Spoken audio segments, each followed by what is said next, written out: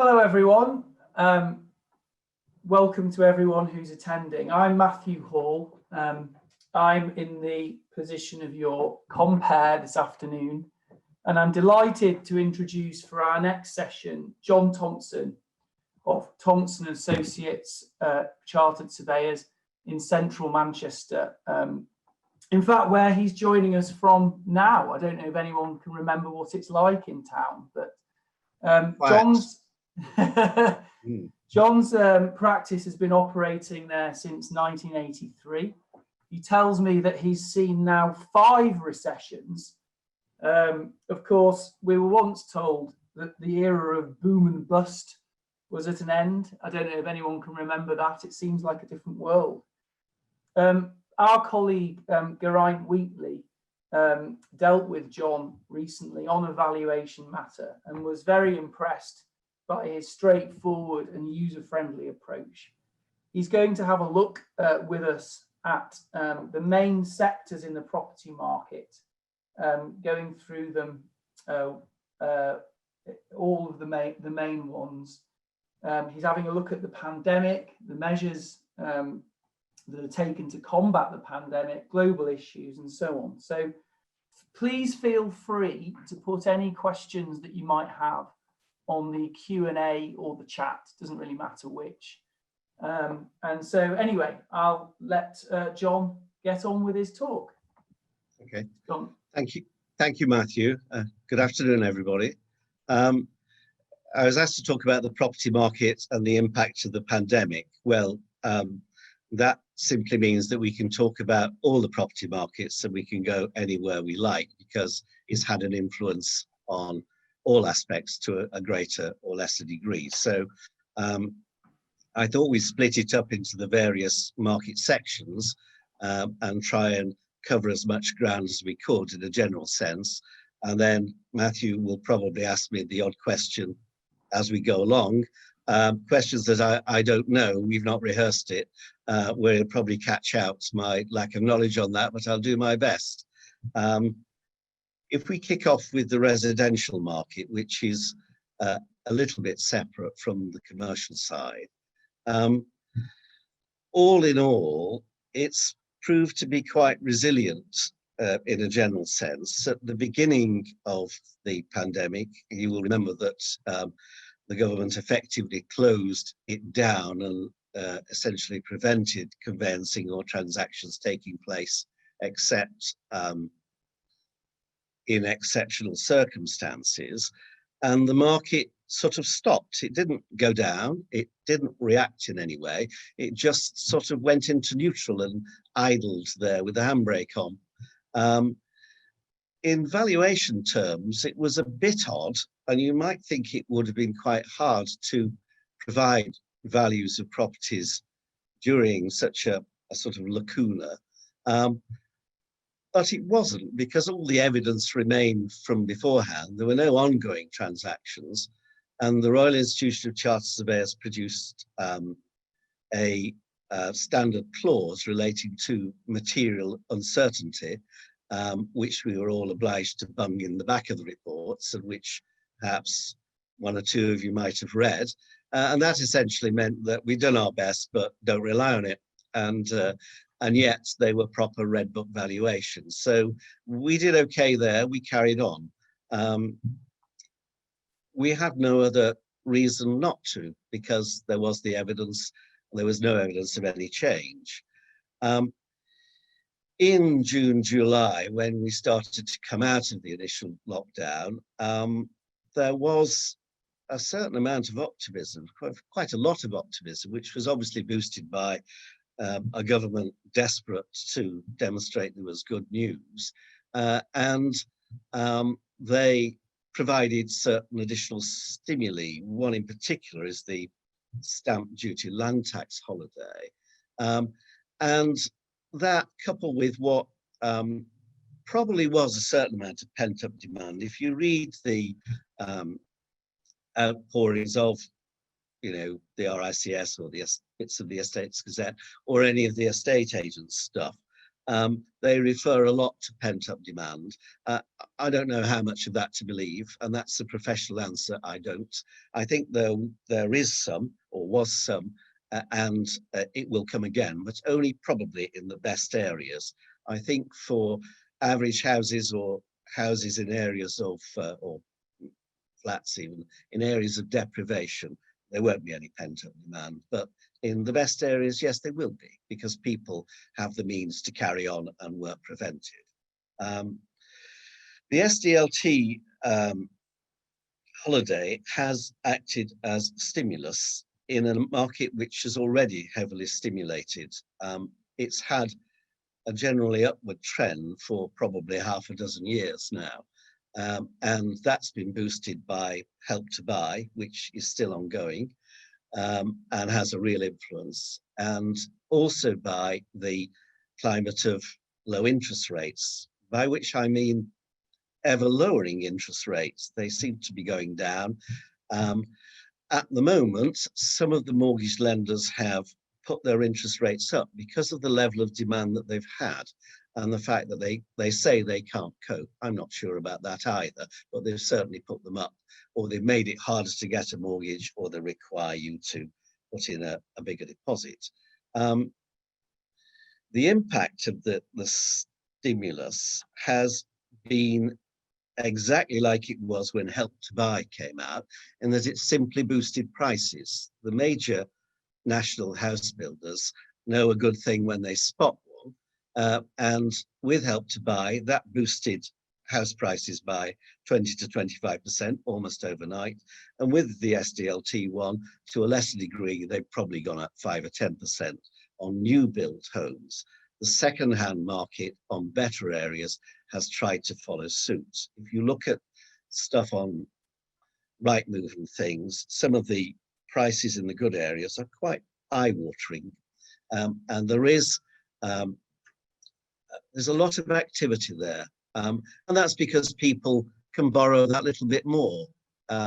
They've already set what they can borrow as a maximum. The SDLT holiday gives them a bit more. Estate agents have picked up on what the national house builders have done, and the likes of Taylor Wimpey and Barrett's and Redrow and all the rest, they've just bung their prices up. Those are the headline figures. There will be incentives offered, but generally speaking, it's not had the adverse impact that a lot of people said. If you read the forecasting things from the research departments of the large practices, you will see all manner of tarot card readings in there about 5% is going to come off, 10%. Well, none of that's happened.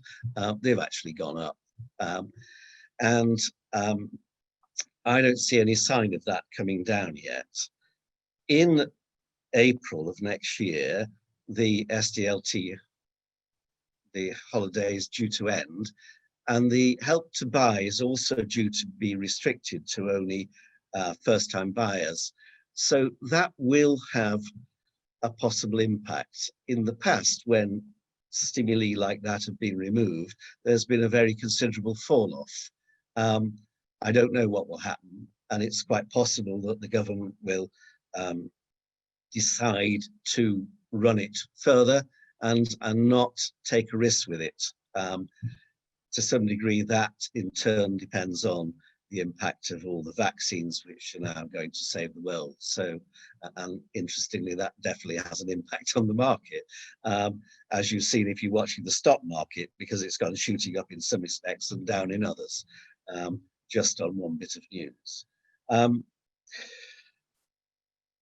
Manchester City Centre, where I'm sitting, and perhaps some of you are too, is a special case. That has a huge development programme of ongoing works of well in excess of 12,000 flats, which makes a massive difference to the current stock. And day by day, new schemes are coming out of the ground. I think developers are very brave to do that, or already committed. But there again, I am a fairly pessimistic guy, or I wouldn't be a chartered surveyor. And it's hard to see how in the city it's not going to have a bigger impact if there is some recessionary element out of this in the end. If there are a lot of redundancies, that will impact on the market. Now, these new flats, they're not all for purchase. A very large proportion now are for rent, and a large proportion of those are being developed and funded by large institutions such as insurance companies. So that's different from the past when, if some of you were around when Salford Quays was starting, it zoomed and then it fell precipitously and then it zoomed and it fell again. But that was related to a market for sales, not for building for rent. Now there's an awful lot of build to rent. We'll see what an impact that has and whether that smooths over the ups and downs which inevitably come in a market of this nature. How that impacts on rents, it's hard to see them not softening. With so much stock coming on and so much adverse news and potential for fewer people needing it. The city has been quiet now for 8 months, very quiet. I'm in my office, but I may be the only one in the city as far as I can see sometimes. That's strange. It was strange to start with, but it's become a sort of accepted position, and how that impacts in the longer term when we are permitted to come back. There's an awful lot of chat which you'll have seen and articles you'll have read about, are people going to continue working from home? Will they want to work more from home? Probably. But when they come back, how will they operate?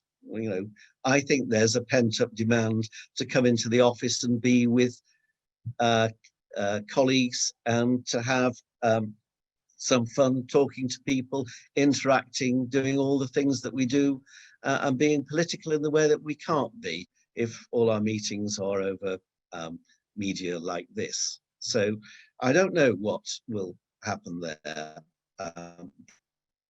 In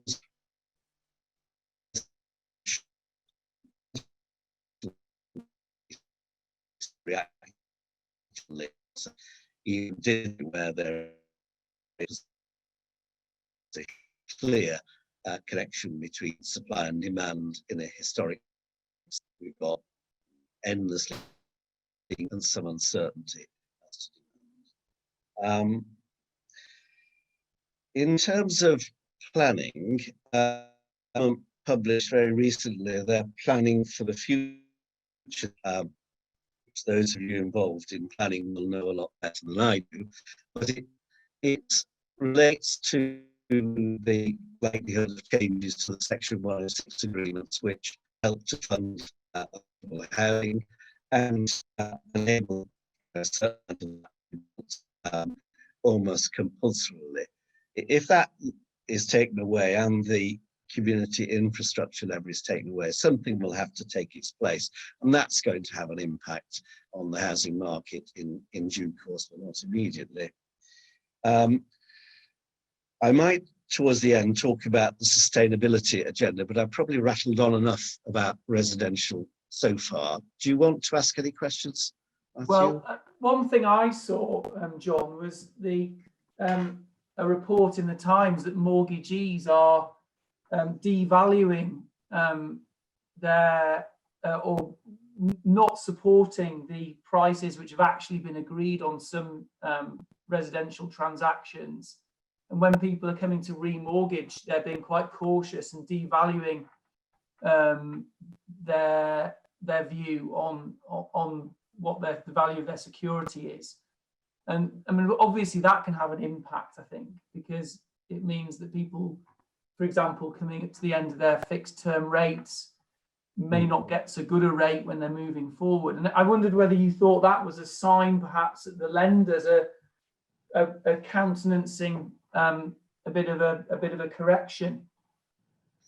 I think they are. I don't think that's widespread yet. I also think that it's a little bit part of what happens with publicity material in the housing market, that everybody has skin in the game and they have an agenda, and they put stuff out which has a partial basis in fact, but not necessarily a total one.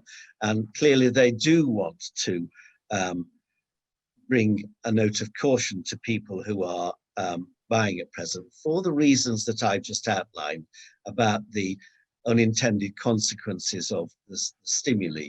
Government doesn't understand the housing market at all, or it wouldn't have put Help to Buy in, and it wouldn't have done the SDLT holiday, but it's scared stiff of it falling because it's so important to the economy. And mortgage lenders are the ones in the firing line if things go wrong, and they can see all this artificial propping, and they wonder what the long-term issue is. What makes me less frightened is that interest rates remain low and are more likely to go down than they are to go up.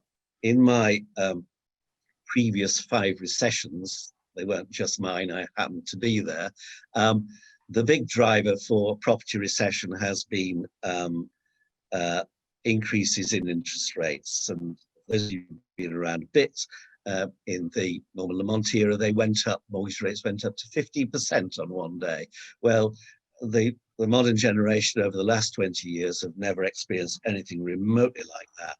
And even the old trend position of 5% has now been left behind, and we're below 50% of that now. So I don't think it will drop off, but mortgage lenders are being cautious, and I think that's what you.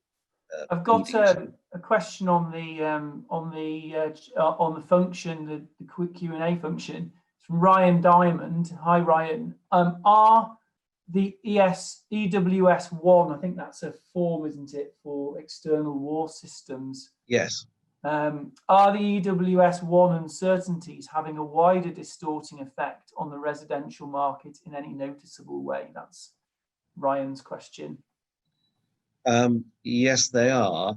I don't think I haven't seen it feeding into, if the process as a result of that continues, block of flats over 18 meters high, you need a special form relating to the cladding, and it's not easy to get the form filled in because only very specially qualified surveyors can provide them, and the tests to be undertaken are actually quite invasive and expensive.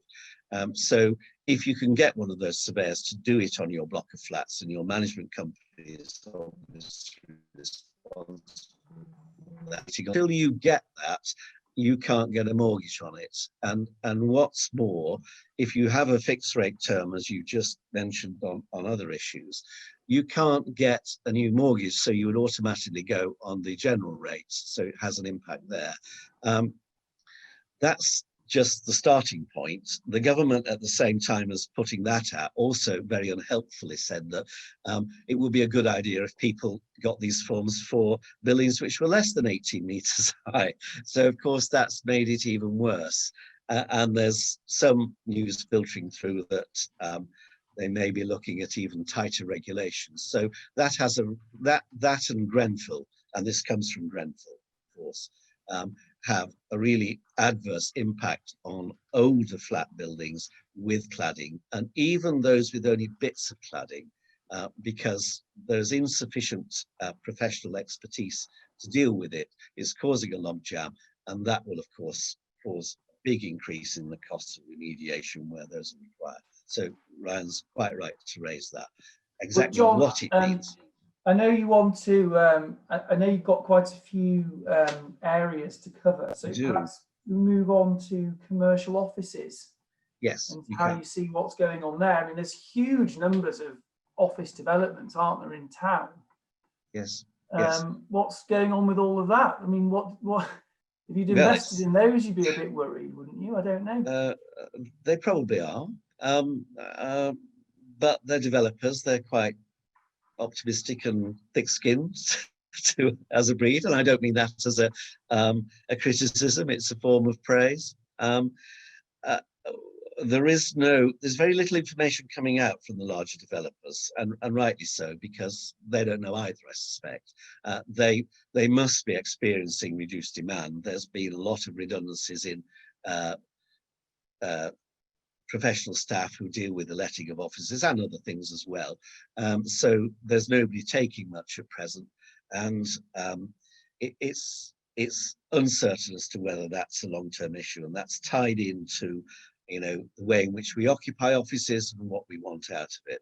And I was going to talk a little bit about flexible offices, which all the main suppliers offer now, and the likes of WeWork and MWB, and how that must be the future, where you have shorter leases and you can move around and expand and contract and do it. That's very expensive to do, but that is what people want. And in the long term, that's got to have a greater impact. In the short term, it's obviously had a devastating effect on suppliers as such, because if you've only got a 1-month lease, you can get out of it very quickly.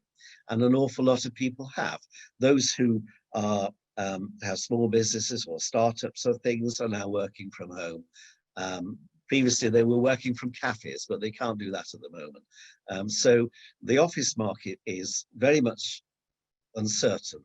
In the long term, the demand is there for people to occupy, and there are straws to be clutched at, because if we're going to design offices which are less fragile towards COVID impact, then they'll need wider corridors and need a lot more space for each desk. So this ever continuing trend of cramming people into open plan offices in smaller and smaller areas is likely to reverse. Will that do on offices if we're running out of time? I think so, yeah. I mean, I want you to as well get on to your focus where we have experience of you, which is the Section 18 valuations and so on. So where your expertise can be deployed by us as barristers and by solicitors in the forensic arena. I mean, what's your, you've got, I mean, obviously that'll have an impact on office valuations, commercial, industrial, retail. What's the position with that at the moment then?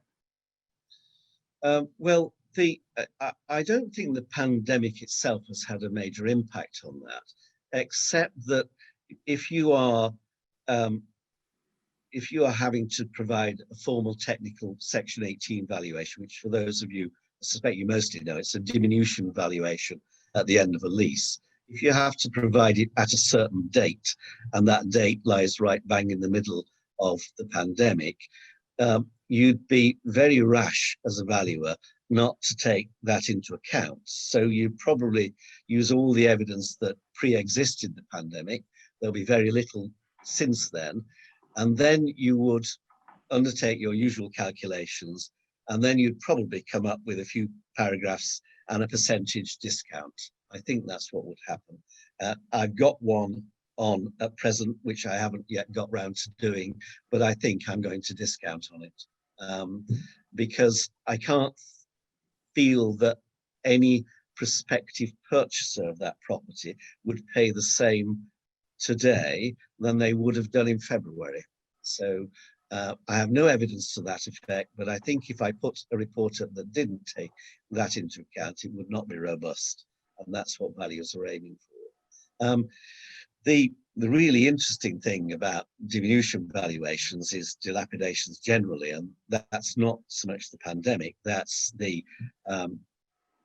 sustainability of the green agenda and how that's having an impact on the shelf life of offices and certainly retail premises and anything else of a commercial nature, warehousing too, because, and definitely housing, but we'll leave housing out of this, because if you think how the EPC regulations are tightening up until 2035, and how the MEES regulations follow on, and what you have to provide in terms of a building so that you can let it, is becoming more expensive to put all this insulation in and all the equipment and how to deal with the heat.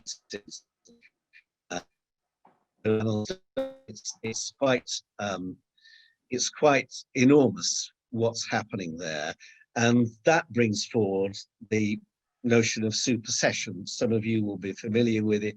You know, if you hand a building back and there are major repairs to be done which are not the responsibility of the tenant, those works are likely to supersede anything that the tenant might do, at least in part. And that notion of supersession is now rearing its head in a very big way because of the oncoming train, which are the MEES regulations. They're already in place, but they're going to tighten up.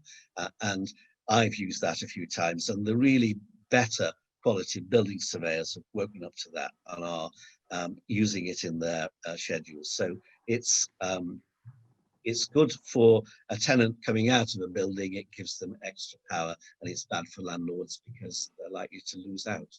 Yeah. Just to be clear on that, the point being that I suppose that insofar as there's something wrong, let's say some, I don't know, a suspended ceiling which is damaged or tatty, you would say, well, in any event, anybody coming into these premises and buying them is going to have to do them up anyway to comply with these regulations, and therefore that particular defect, which does fall within the repairing covenant, is superseded by that requirement. Is that the gist of it? Yes, it is. And if you've got air conditioning in your suspended ceiling and it's not of the latest type, you've got to take that out, which probably destroys your suspended ceiling, because it might not be illegal now, but it will be illegal shortly. So you've all manner of arguments to put there. And there are now specialist assessors, some of whom are very good, that building surveyors rely upon to provide them with the information.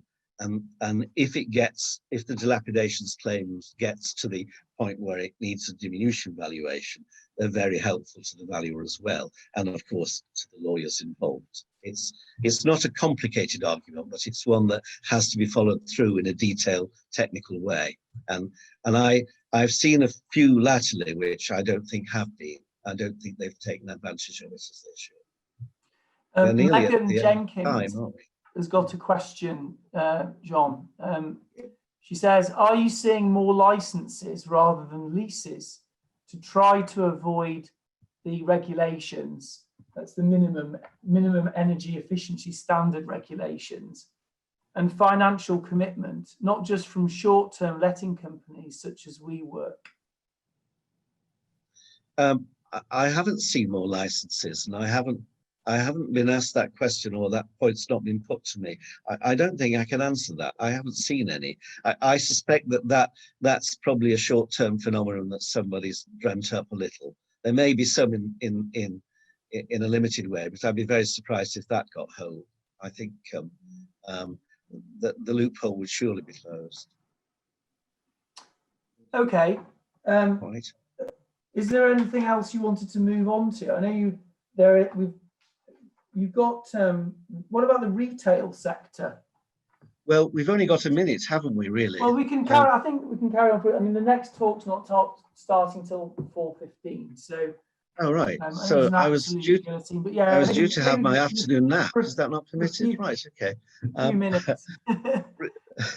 Retail, well, I think most people know what a catastrophe that is at present, for all manner of reasons. And the pandemic has, I don't think it's brought anything new to it. It's just put in very sharp relief how much change has taken place and is taking place because of internet shopping.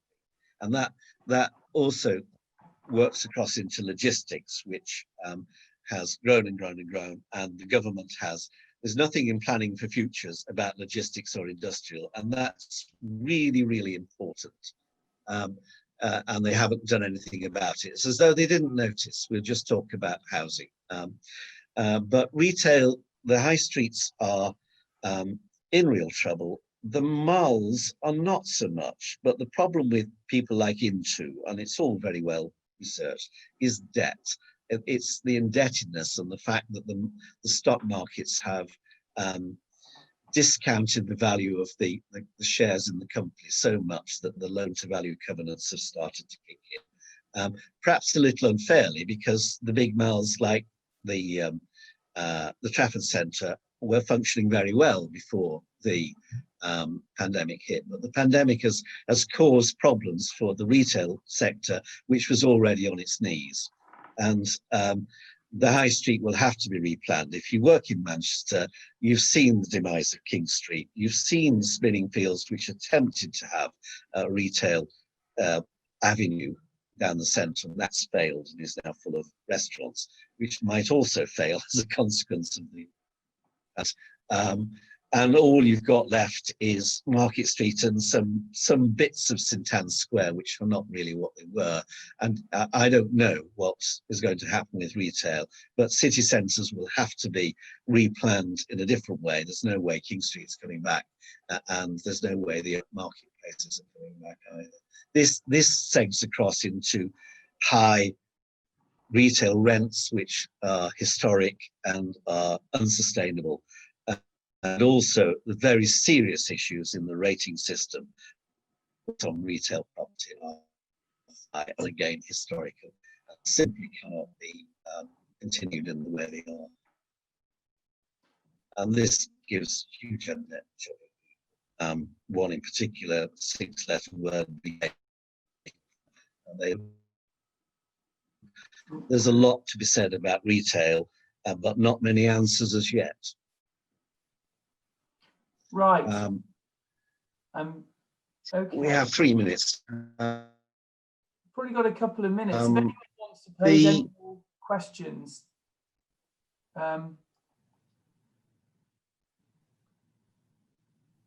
I could talk a little about hospitality and leisure. Those are well documented. They have problems like not to go beyond 4:05, John. So yes, that just as a final word, that would be great. Thank you. Okay. Well, hospitality and leisure, they have similar problems at the moment, but that's partly because the problems pre-existed and the fact that there's no cash flow because they aren't open has made it far worse. But they will come back, but not in the same form. Quite a bit of their problems in terms of the large chains is down to which operate. And again, it's an issue of how to handle debt, not whether you've got demand. The big elephant in the room that we've only started talking about, not here, but elsewhere latterly, is of course Brexit. And we should know, have a better idea this week, whether we've got a partial deal or whether we've no deal at all. And if there's no deal, then all bets are off in the property world. We don't know what that means. That's completely uncharted territory. Is that okay? Yeah, that's great. I mean, it's really fascinating. I think that's a very, very insightful, everything that you've said.